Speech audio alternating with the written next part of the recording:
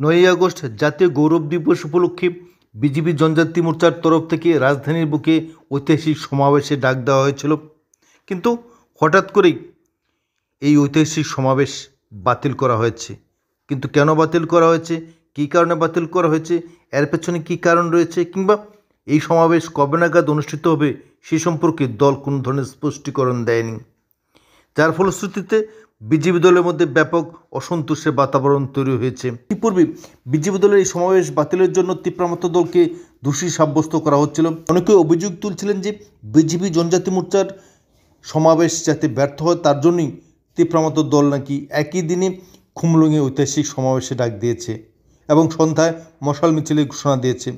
কিন্তু প্রকৃত চিত্র তা নয়। বিজেপি জনজাতি মোর্চার যারা সমর্থক তারা রাজধানীর ঐতিহাসিক সমাবেশে সামিল হবেন তা স্পষ্ট হয়ে গিয়েছিল, কিন্তু তীব্রমত দল যেভাবে সারা রাজ্যে ব্যাপকভাবে তাদের কর্মসূচি সফল করার জন্য উঠে পড়ে লেগেছিল তাকে কেন্দ্র করেই নাকি বিজেপি দলের নেতৃত্বরা আতঙ্কিত ছিলেন এবং বিজেপি দলের জনজাতি মোর্চার সমাবেশ কতখানি সফল হবে তা নিয়ে সন্দেহ প্রকাশ করছিলেন।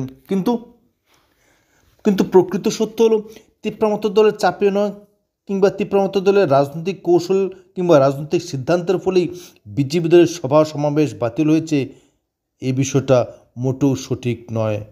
অর্থাৎ তীব্রমত দলের কারণে বিজেপি সমাবেশ বাতিল হয়েছে কিংবা তীব্রমত দলের জনপ্রিয়তার কাছে বিজেপি দলের জনপ্রিয়তা মুখ থুবড়ে পড়েছে, এই বিষয়টা মোটেও সত্য নয়।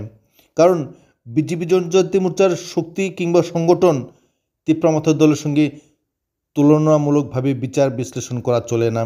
কারণ পাহাড়ে তীব্রমত দলের সঙ্গে পাল্লা দেওয়ার ক্ষমতা বিজেপি জনজাতি মোর্চার নেই, এই বিষয়টা রাজ্যের প্রতিটি মানুষ ভালো করে জানেন। কিন্তু শুধুমাত্র নিজের নাক কেটে পরের যাত্রা ভঙ্গ করার জন্য বিজেপি নেতৃত্বরা যেভাবে তীব্রমতাকে দোষারোপ করে চলছিলেন এবং অন্যের ঘাড়ে দোষ চাপিয়ে বিজেপি দলের রাজ্য নেতৃত্বরা এই কঠিন সংকটে নিজেদের রক্ষা করতে চেয়েছিলেন, প্রকৃত সত্য আজ জনগণের সামনে ফাঁস হয়ে গিয়েছে।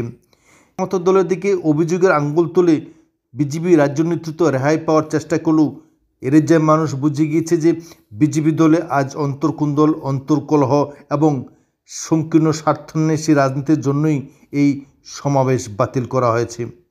সেই সঙ্গে আরও একটি বিষয় যুক্ত রয়েছে, তা হলো বিজেপি জনজাতি মোর্চার নেতৃত্বদের সম্পূর্ণভাবে অবজ্ঞা করার ফলেই এই সমাবেশ বাতিল করার মতো পরিস্থিতি সৃষ্টি হয়েছে।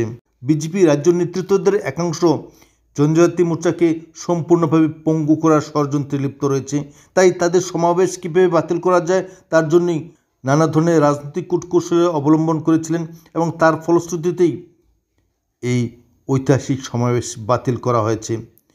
শুধুমাত্র তীব্রমত দলের উপর দোষারোপ করেই বিজেপি দলের রাজ্য নেতৃত্বরা পার পেয়ে যাবেন এমন ভাবাও কিন্তু ভুল।